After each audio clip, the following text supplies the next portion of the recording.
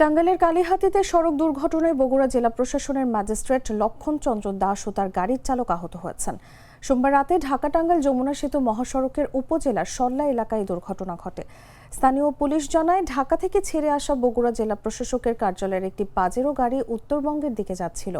পথে সল্লা এলাকায় পৌঁছালে গাড়িটি সামনে থাকা একটি ট্রাকের পেছনে সজোরে ধাক্কা দেয়। এতে পাজেরো গাড়িটির সামনের অংশ দুমড়ে মুচড়ে যায়।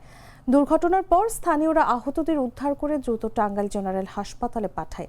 এ ব্যাপারে যমুনা সেতু পূর্ব থানার ভারপ্রাপ্ত কর্মকর্তা ফুয়াদ রুহানি বলেন, দুর্ঘটনায় গাড়ির চালক সহ ম্যাজিস্ট্রেট গুরুতর আহত হয়েছেন। গাড়িটি পুলিশি হেফাজতে রাখা হয়েছে।